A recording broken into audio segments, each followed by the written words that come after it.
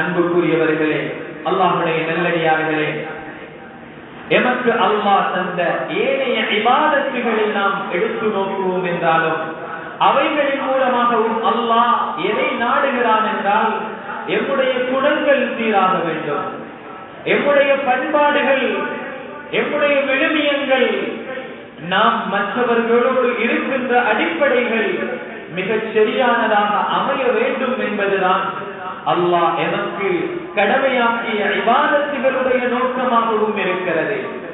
வெறுமனே தொழுவதன் மூலமாக மாத்திரம், பள்ளிவாசலிலேயே தங்கியிருப்பதன் மூலமாக மாத்திரம் ஒரு மனிதனுடைய ஈமான் பரிபூரணம் அடைந்து விட முடியாது.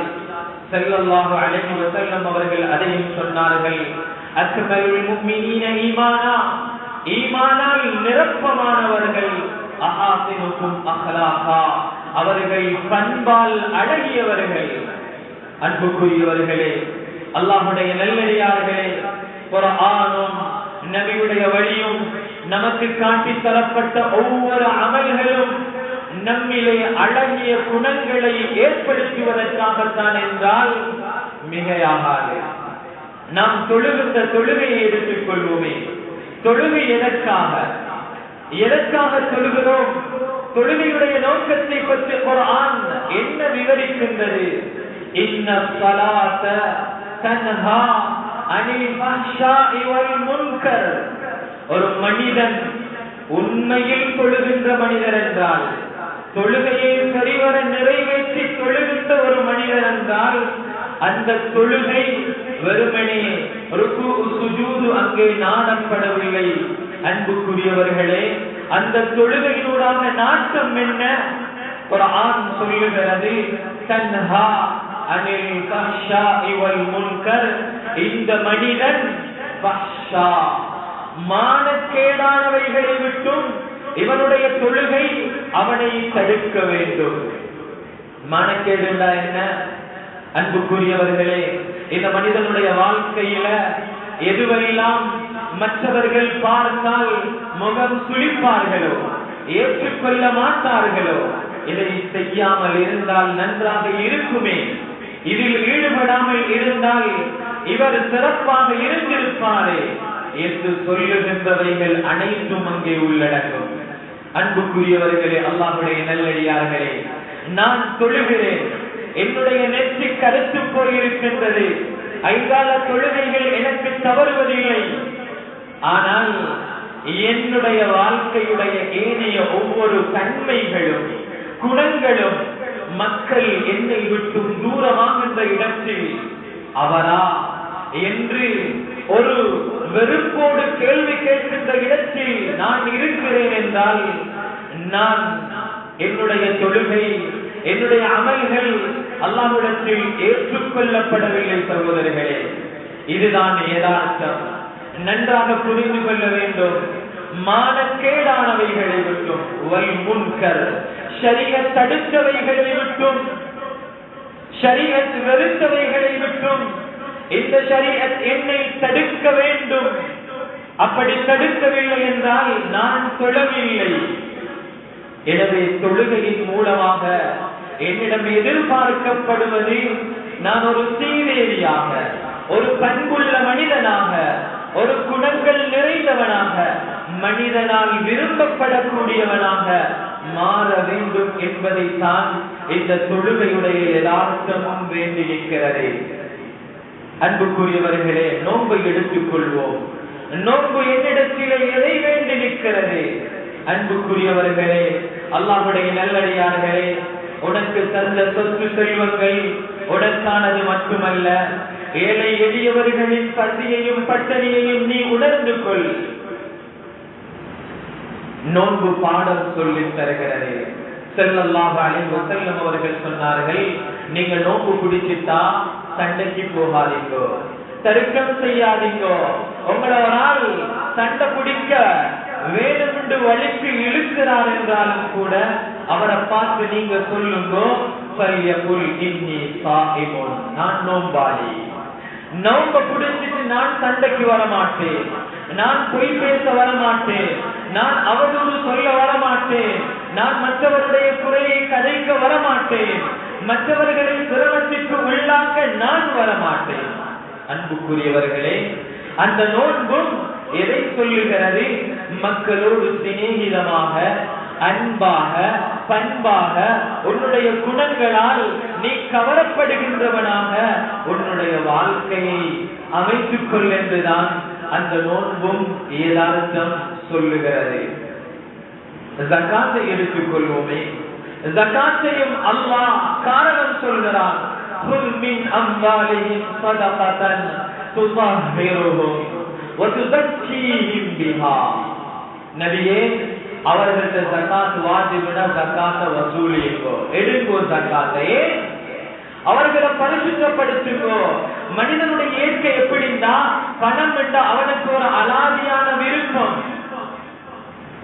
அதை விட்டு கொடுக்கிறதுக்கு அவனுக்கு துக்கம்.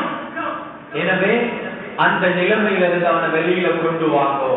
கருவித்தனமாக வாழ்கின்ற மனிதனை பரோபகாரியாக, கொடுக்கின்ற மனம் படைத்தவனாக, அல்லாஹ் தந்த சொத்திலிருந்து அள்ளி செலவழிக்கின்றவனாக, மற்றவர்களுடைய துடைக்கின்ற ஒரு மனிதராக, மற்ற சிரமப்படுகின்றவர்களுக்கு உதவி செய்து அவர்களுடைய கண்ணீரை துடைத்து சந்தோஷப்படக்கூடிய மனிதனாக மாறி, இதுதான் ஜகாத்துடையதான் அர்த்தம். அமல் இபாதத்துகள் எல்லாமே சொல்லி தரப்பட்டிருக்கிறது. அன்புக்குரியவர்களே, நீ மனித புனிதனாக மாறு. சடங்கு ரீதியான அமலாக இந்த அமலை நிறைவேற்றி விடாமல் நீ மனித புனிதனாக மாறு. ஹஜ்ஜுடைய அமல் எல்லோரும் பல லட்சக்கணக்கு செலவழித்து அங்கே சொல்கிறோமே. குர்ஆன் ஹஜ்ஜை பற்றி பேச ஆரம்பித்த உடனே என்ன சொல்கிறது? ஃபமன் ஃபரவ ஃபீஹின்னல் ஹஜ்ஜ. யார் ஹஜ்ஜுக்கு போறீங்களோ, வைத்தீங்களோ, ஃபலா ரஃபஸ, தவறு செய்யாதீங்கோ, கண்ணை பாதுகாத்துக் கொள்ளுங்கோ, மர்மஸ்தானத்தை பாதுகாத்துக் கொள்ளுங்கோ. உங்களோட ஹலாலான மனைவி இருந்தாலும் எங்கட கட்டளை பிரகாரம் சில இடங்கள்ல கட்டுப்படுங்கோ. அன்புக்குரியவர்களே, தினாவை நெருங்கிறாதீங்கோ, உலகத்தில பிரச்சனை வரக்கூடிய விடயங்கள்ல ஈடுபட்டுறாதீங்கோ. ஃபலா ரஃபஸ வலா ஃபுசூக, எந்த தவறும் செஞ்சிடாதீங்கோ. வலா ஜிதால ஃபில் ஹஜ், ஹஜ்ஜுக்கு போய் ரூம் ஒழுங்கு இல்ல, பஸ் வர லேட் ஆகிச்சு, ஏசி இல்ல, ஸ்ரீலங்கா சாப்பாடு இல்ல, சண்டை பிடிக்காதீங்கோ. உங்களோட பண்ப, உங்களோட அசல் குணத்தை அந்த இடத்துல காட்டிடாதீங்கோ. தர்க்கத்துக்குரிய இடம் அல்ல. அன்புக்குரியவர்களே, ஹஜ்ஜுடைய நோக்கத்தையும் குர்ஆன் சொல்லுகின்ற பொழுது, நீ ஹஜ்ஜில போய் அந்த இடங்களை சுற்றி வாழறதுனால மாத்திரம் மனித புனிதனாக மாறுவது இல்லை. மாறாக உன்னுடைய பண்புகள் அங்கே மாற வேண்டும். உன்னுடைய குணங்கள் உன்னுடைய வாழ்க்கையில் மாற்றத்தை கொண்டு வந்திருக்க வேண்டும். ஹஜ்ஜுக்கு போன நீ திரும்பி வந்தும் அதே சண்டையில் இருக்கிறாய், அதே பிரச்சனையில் இருக்கிறாய், அதே விட்டு கொடுப்பு உன்னிடத்துல இன்னும் வரல, மன்னிக்கிற தன்மை உன்னிடத்துல வரல, பக்கத்து வீட்டுக்காரனோட சண்டை, போன பயணத்துல சண்டை, பிரச்சனை. அன்புக்குரியவர்களே, ஹஜ் செய்ய தேவையில்லை. அந்த ஹஜ் எந்த ஒரு மாற்றத்தையும் கொண்டு வராது. நம் வீட்டில இருக்கிறது சுகம். அன்புக்குரியவர்களே, அந்த ஹஜ் இன்னும் ஒன்றை போதிக்கிறது. அரசனும் ஒன்றுதான், அடிமையும் ஒன்றுதான், ஏழையும் ஒன்றுதான், பணக்காரனும் ஒன்றுதான். இறை பயபக்தி என்ற அந்த தக்வாவை கொண்டு மாத்திரம்தான் அல்லாஹ்விடத்திலே அந்தஸ்து வித்தியாசப்படுமே தவிர முழு உலகத்தில் இருக்கின்ற அனைத்து மக்களும் சரி சமம் என்ற சமத்துவ பாடத்தை அந்த ஹஜ் அங்கே சொல்லி தருகிறது. ஒரு நாட்டுடைய ஜனாதிபதியாக இருப்பார். அவர் பயணிக்கின்ற பொழுது முன்னும் பின்னும் பல அரச மரியாதைகள், உயர்ரக பாதுகாப்பு. அங்கே மினாவிலே, அரபாவிலே, கூடாரத்திலே சக ஆஜிகளோடு சர்வசாதாரணமாக தலைக்கு வைப்பதற்கு கூட ஒன்றுமில்லை, பக்கத்தில் இருக்கின்ற செங்கலை தலைக்கு வைத்து தூங்கிக் கொண்டிருப்பார். அன்புக்குரியவர்களே, அல்லாஹ்வுடைய நல்லடியார்களே, மனிதனை பெருமை அடிக்க உனக்கு எதுவும் இல்லை. உனக்கு அழகை தந்திருக்கிறேனா?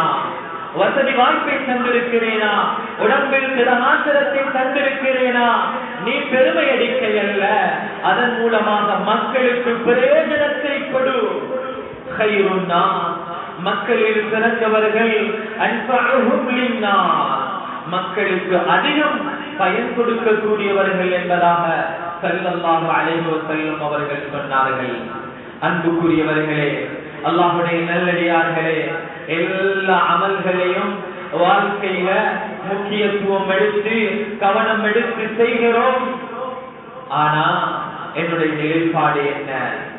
அன்புக்குரியவர்களே, ஒரு சமூகம் மதிக்கின்ற, ஒரு சமூகத்தால் ஏற்றுக்கொள்ளப்படுகின்ற, நான் மரணித்தால் என்னை விருப்பத்தோடு தூக்குகின்ற, என்னை பார்த்து அழுகின்ற, எனக்காக துஆ செய்கின்ற அந்த பண்புள்ள மனிதனாக நான் வாழ்கிறேனா என்றால் நம்முடைய உள்ளத்திலே கை வைத்து கேட்டால் ஒவ்வொருத்தருக்கும் அதற்கான விடைகளை நாம் மிக தெளிவாக விளங்கிக் கொள்ளலாம்.